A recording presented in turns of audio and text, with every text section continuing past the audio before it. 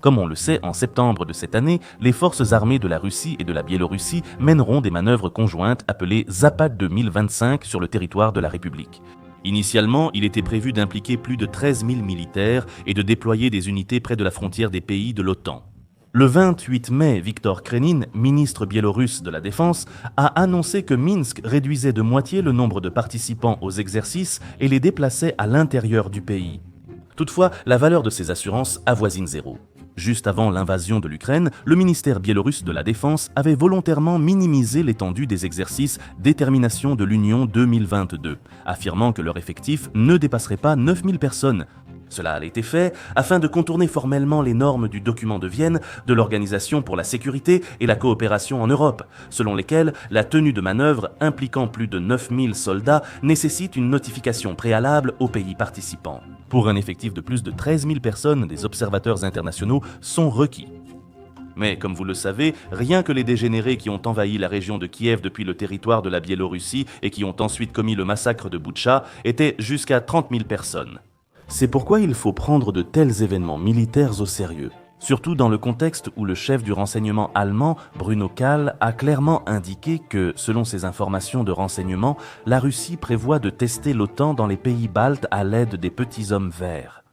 Tous les exercices ont un objectif, et l'un de ces objectifs est la création discrète de groupes de troupes offensives. Autrement dit, l'apparence d'exercice est le moyen le plus acceptable de redéployer des troupes, de les concentrer dans une certaine direction et de créer un groupement de forces. Nous devons absolument prendre ce facteur en compte. Le commandant en chef ukrainien, Alexandre Syrski, s'exprime sur les exercices russo-biélorusses Ouest 2025.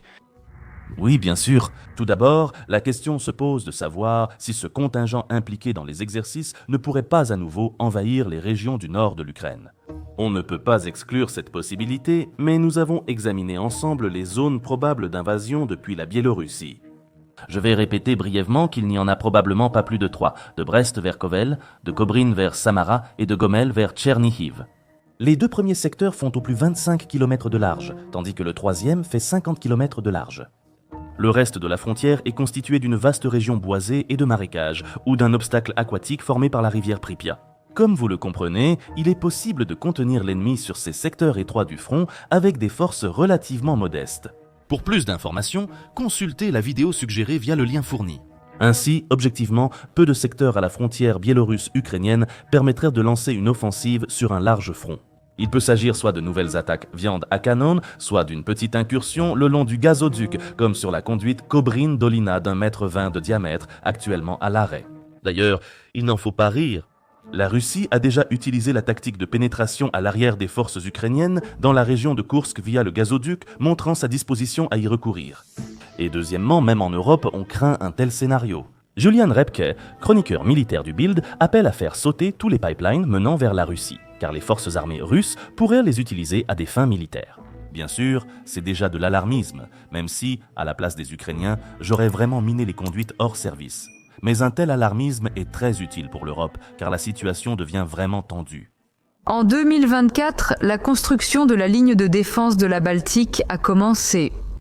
Le projet prévoit l'installation de fortifications défensives en Lituanie, en Lettonie et en Estonie le long de la frontière orientale de l'OTAN avec la Russie et la Biélorussie. La longueur totale de la ligne de défense dépasse 700 km. L'un des éléments de la nouvelle infrastructure frontalière comprend des hérissons anti-chars, des fossés, des barbelés et des dents de dragon. Il y a 1 an, nous avons examiné des images satellites de la frontière entre les pays baltes et la Russie. Malheureusement, nous n'y avons trouvé aucune ligne de défense sérieuse. À ce jour, la situation n'a pas changé. Mais cette année, l'Estonie a reçu les 6 systèmes High Mobility Artillery Rocket System achetés en 2023 et a déjà effectué des tirs d'entraînement. Ce qui a immédiatement suscité des critiques de la part du Kremlin, qui bombarde chaque jour les villes paisibles avec des missiles balistiques. Oh les temps, oh les mœurs. Cette année, la Lituanie recevra les systèmes High Mobility Artillery Rocket System achetés en 2022 avec des roquettes Guided Multiple Launch Rocket System et Army Tactical Missile System. Les 6 premiers des 12 canons automoteurs César avec munitions ont également été livrés à Tallinn. Dans le pays, d'ailleurs, les 130 véhicules blindés turcs, autocars ARMA et 100 véhicules blindés turcs NMS commandés continuent d'arriver. Vilnius a opté pour les véhicules blindés américains Oshkosh Joint Light Tactical Vehicle en commandant 500 unités de différentes versions, dont certaines avec des plateformes pour systèmes de missiles anti-chars. Cette année, 150 d'entre eux sont arrivés. De plus, le véhicule de combat d'infanterie suédois Combat Vehicle 90 arrivera en 2025. Le nombre exact n'est pas divulgué. L'Estonie va bientôt acquérir des canons automoteurs sud-coréens K9 Thunders, portant leur total à 36 unités dans son armée.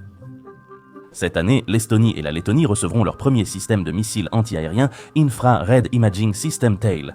Le nombre exact de systèmes de missiles anti-aériens est inconnu, mais leur déploiement sera terminé en 2026. La Lituanie sera protégée par les systèmes de missiles anti-aériens Norwegian Advanced Surface-to-Air Missile System. Cependant, leur arrivée ne débutera qu'en 2028. La liste pourrait en effet continuer. Les pays baltes ne se contentent pas de continuer à conclure des contrats pour des livraisons futures. Les pays déploient régulièrement de nouveaux types de missiles anti-navires tels que le Blue Spear, des drones kamikazes israéliens Harpy et Switchblade Sixth Sense, ainsi que divers systèmes portables de missiles anti-aériens et anti-chars, des mitrailleuses, des fusils automatiques et d'autres équipements. Progressivement, les pays baltes augmentent également les effectifs de leurs armées. D'ici environ 2028, les forces armées de la Lituanie passeront de 20 000 à 29 000, celles de la Lettonie de 30 et 1 000 à 38 000 et celles de l'Estonie de 4 200 à 5 000 hommes.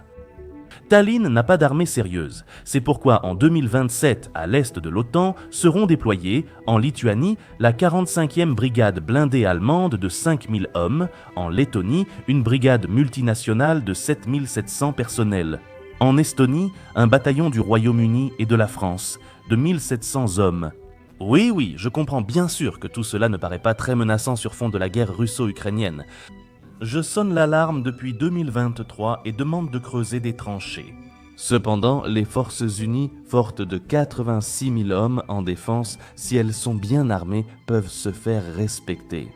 Autrement dit, progressivement, les pays baltes, si je puis dire, se hérissent. Je suis sûr que la ligne de défense sera progressivement construite elle aussi, mais pour l'instant, elle n'est pas encore en place, les contingents de l'OTAN ne sont pas encore déployés, et tout le matériel commandé pour les armées de la Lituanie, de la Lettonie et de l'Estonie n'a pas encore été livré. Et alors une question se pose, si Poutine prépare vraiment un plan pour attaquer les membres de l'Alliance, est-ce que sa fenêtre d'opportunité ne se referme pas? Et n'est-ce pas le moment le plus propice pour cela? Notre establishment politique pourrait ne pas prévoir ce qui pourrait arriver, ni prendre une décision à temps. La nature de la guerre hybride est telle que vous pouvez ne pas comprendre. S'agit-il déjà d'une guerre, d'une attaque isolée ou d'un accident? Comme ces câbles de communication endommagés en mer Baltique ou l'avion qui s'est récemment écrasé en Lituanie. Attaque ou accident? Sans parler des problèmes constants de signal système de positionnement global dans la région du même corridor de Suwałki. Je tiens à souligner d'emblée le fait que Poutine envisage de tester la solidité de l'OTAN est publiquement évoqué par les services de renseignement d'au moins 4 pays, la Pologne, l'Allemagne, le Danemark et l'Ukraine. Leurs évaluations diffèrent quant à l'année où la Russie sera prête à envahir. Mais aujourd'hui, nous évoquons le fait qu'avec le temps, le Kremlin aura plus de mal à réaliser son plan. Je n'affirme pas avec certitude que le contingent des exercices Zapad 2025 envahira la Lituanie ou la Lettonie. Je dis que les pays baltes doivent prendre ces événements en Biélorussie avec le plus grand sérieux. Pourquoi Moscou ferait-elle cela maintenant, alors qu'en Ukraine nous assistons pratiquement à une impasse opérationnelle? Eh bien, il est tout à fait probable que le Kremlin envisage une attaque contre les membres de l'OTAN précisément comme un moyen de sortir de cette impasse. En effet, si l'Alliance ne réagit pas de manière appropriée et se précipite pour négocier, le point clé d'un tel accord pourrait être le refus de l'Europe de soutenir Kiev. Mais plus important encore, il existe une autre raison valable pour le Kremlin de lancer prochainement une nouvelle opération militaire spéciale. Les pays baltes ont déconnecté samedi matin leurs réseaux électriques du système énergétique unifié de l'anneau électrique de la Biélorussie, de la Russie, de l'Estonie, de la Lettonie et de la Lituanie afin de les synchroniser ultérieurement avec le réseau de l'Europe continentale. Les 3 États baltes étaient les seuls pays membres de l'Union européenne à ne pas être connectés au réseau continental européen.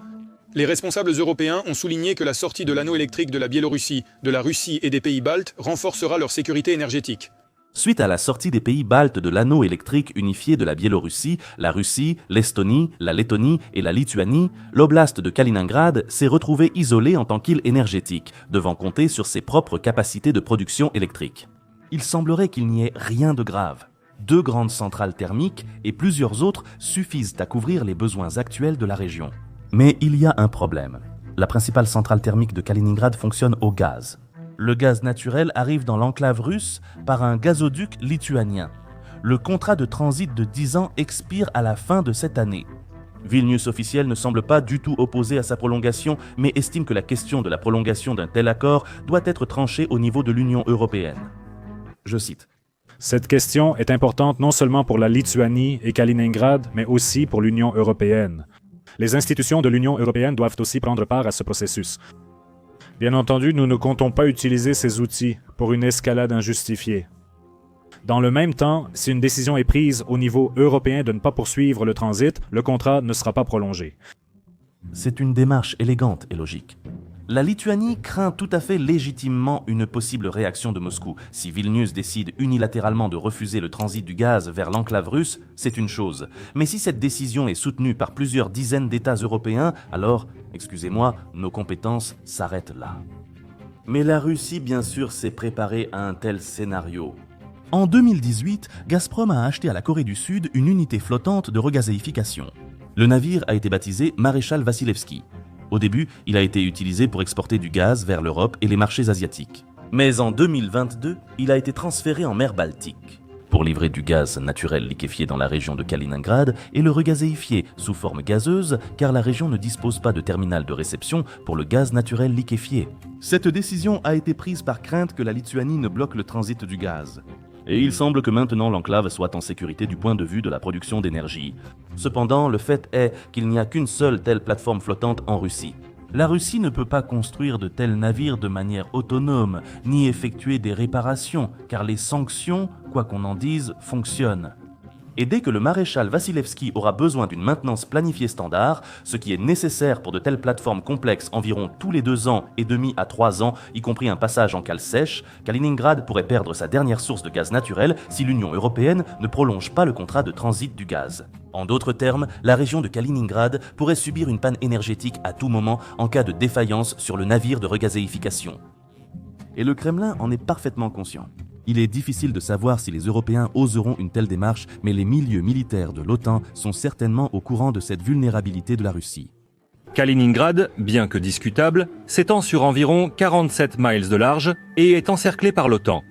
Il n'y a absolument aucune raison pour laquelle nous ne pourrions pas détruire la zone d'interdiction d'accès et de manœuvre dans cette région du globe en un temps record, plus rapidement que jamais. Nous avons déjà planifié et élaboré cela. C'est-à-dire, vous comprenez, Poutine est en zugzwang. Dans un an, l'Europe pourra utiliser la question du transit du gaz naturel comme levier de pression sur Moscou. En bref, négociez avec Kiev, sinon nous couperons le gaz. Pour se libérer de cette pression, il faut soit vraiment entamer des négociations de paix, soit effectivement ouvrir un corridor vers la région de Kaliningrad. Mais il faut agir rapidement, car l'enclave pourrait devenir une zone d'isolement, comme l'a dit Christophe Donayou, commandant des forces terrestres de l'OTAN en Europe.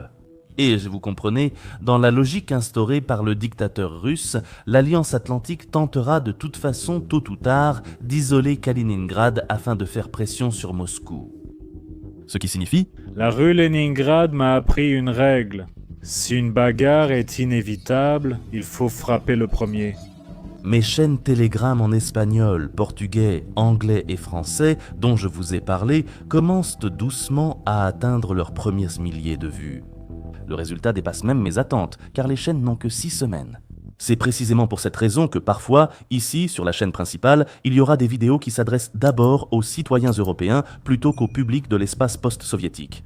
Car bien sûr, les thèses que nous avons discutées aujourd'hui doivent d'abord être entendues, pour ainsi dire, à l'étranger. Évidemment, la stratégie de Poutine en Ukraine est limpide, une guerre d'usure. Nous avons déjà mentionné à plusieurs reprises que cette approche comporte des risques pour la Russie elle-même, notamment au niveau économique, des sanctions et militaires. Et une telle avancée en 2 ans en Ukraine, c'est clairement une défaite pour la Fédération de Russie.